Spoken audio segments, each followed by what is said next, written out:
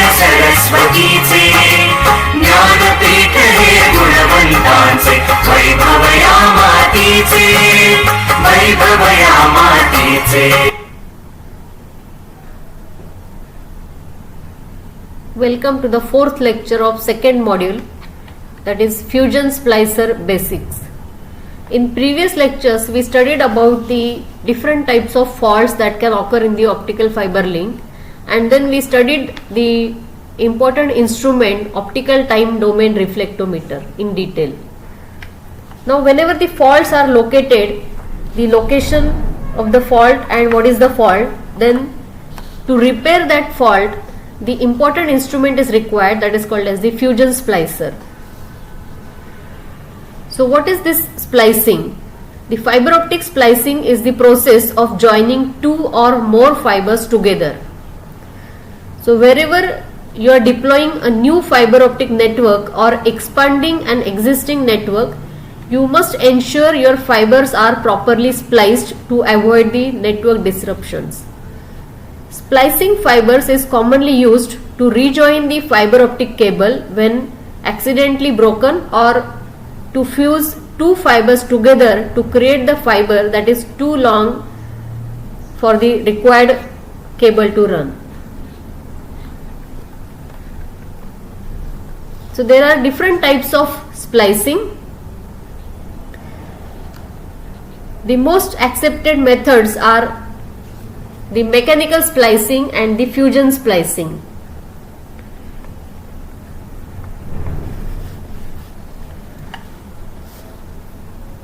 So one by one we will study all these types. In the splicing mechanism, alignment of the fibers is the important issue.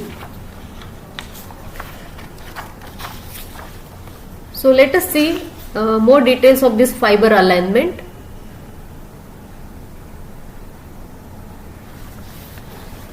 So the critical factor in the fiber optic connector or splice is the alignment, and the ideal connection will perfectly align the fibers, especially the light carrying cores, so that the joint is transparent and there is no loss of the optical energy. So if you will observe the first case in this fiber alignment, that is the lateral offset, that is the fibers are of same type but the cores of the two fibers are not matching with each other, and because of that you can see there is a imperfect joint that may occur because of this lateral offset between the two fibers. The next case is angular alignment. The two fibers should be aligned angularly also, because otherwise if this is the first fiber and this is the second fiber, and you can see there is a mismatch in the angle, and because of that also the joint which will result, that will not be perfect. There is a air gap between the two fibers because of the angular mismatch. The third case is the core diameter mismatch. So if the fibers are of different sizes, then the core of the two fibers, they are not of same size, and that's why there is a mismatch between the two. Next case is numerical aperture mismatch. Numerical aperture is the light gathering capability of the fiber, and if the light gathering capabilities of the two ends of the fiber are not matching, then that will also result into the mismatch, and because of that the joint will not be the perfect one. There will be loss of a signal. Next is the cladding diameter mismatch. So here you can see the fiber sizes itself are not matching, and because of that the joint will not be perfect. And the next case may be the concentricity.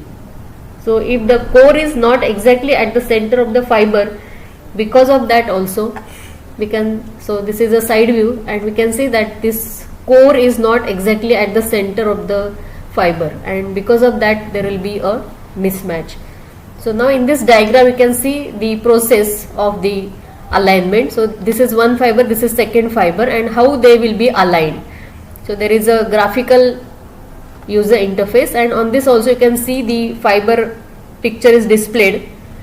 As soon as the alignment will be proper, means the sizes are same, the core is aligned properly, the core size is also matching, the numerical aperture is also matching. When everything is correct, the fibers are brought together and then the splicing is done. So you can see the two rods are there which are fitted over here, and they will fuse the two fibers. So one by one we will see the types of the splicing. So first we will go for the mechanical splicing, and in that mechanical splicing we will study the V-grooved splicing. In this splicing technique, initially a V-shaped substrate is taken and the two fiber ends are butted in the groove.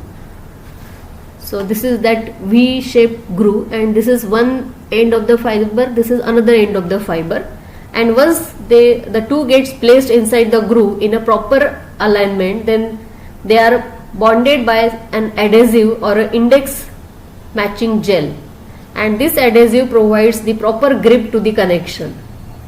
The V substrate can be either composed of plastic, silicon, ceramic or any other metal, but however the fiber losses are more in this particular technique. So the two fibers do not form the continuous smooth connection. This is the disadvantage, but for if the sophisticated instrument is not available, then for the temporary joining of the two fibers, this V-grooved splicing technique is used. Let us go for the second one, that is elastic tube splicing. In this technique, the splicing of the fiber with the help of elastic tube, and majorly it finds the application in case of multimode optical fiber, because this is not very precise technique. This is your elastic material, this is fiber being inserted, and this is the already inserted fiber, and this fiber will be forcefully inserted over here, and then that will be joined.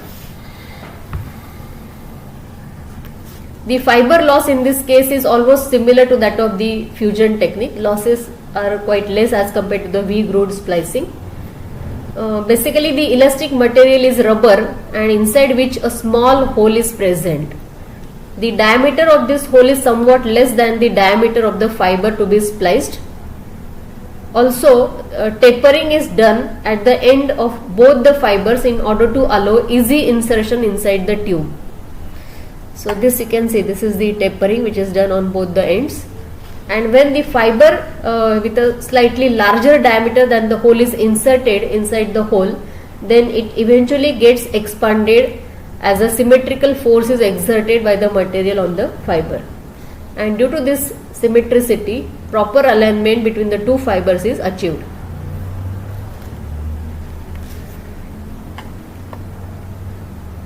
And the next technique is the fusion splicing, which is the mostly used technique. So splicing any fiber by making use of fusion technique provides a permanent or long lasting contact between the two fibers. In fusion splicing, two fibers are thermally joined together. So here you can see these are the fiber holders. So this is one end of the fiber, second end of the fiber, and then the electric arc is produced. This electric arc will hit the two ends of the fiber, and then it will fuse these two ends, so that there is a permanent joint between the two ends of the fiber can be obtained.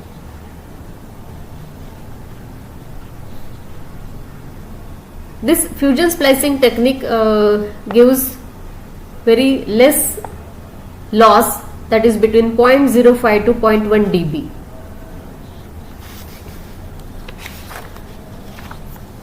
And we can obtain the perfect joint between the two fibers.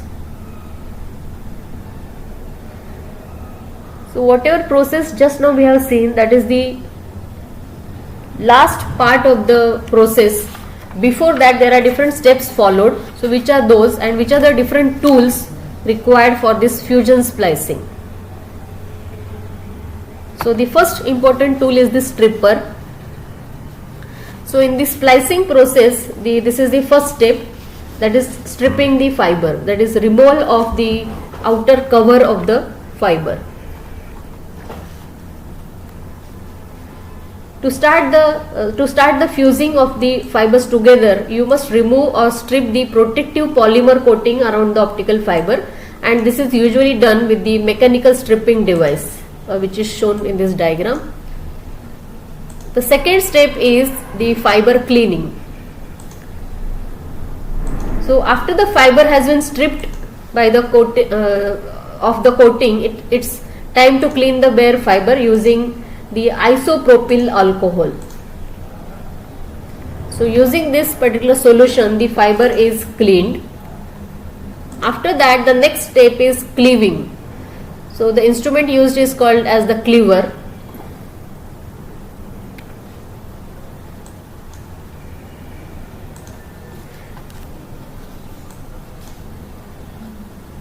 This cleaver is used for obtaining the clean cut of the fiber, which is a rectangular cut at the two ends of the fiber, so that once the clean cutting is done for the fiber, we can fuse the fiber. So the next step is the actual fusing of the fiber with the help of splicing machine. So after the fibers have been cleaved, we have to fuse them with the help of this instrument. This is called as the fusion splicer. So mostly these instruments are automatic instruments, and most of the steps are done automatically. So the cleaved fibers from the two sides are put into this machine. You can see this is one fiber which is put over here. Similarly, from the other side, another end of the fiber can be put, and then we can just start the machine to fuse the fibers.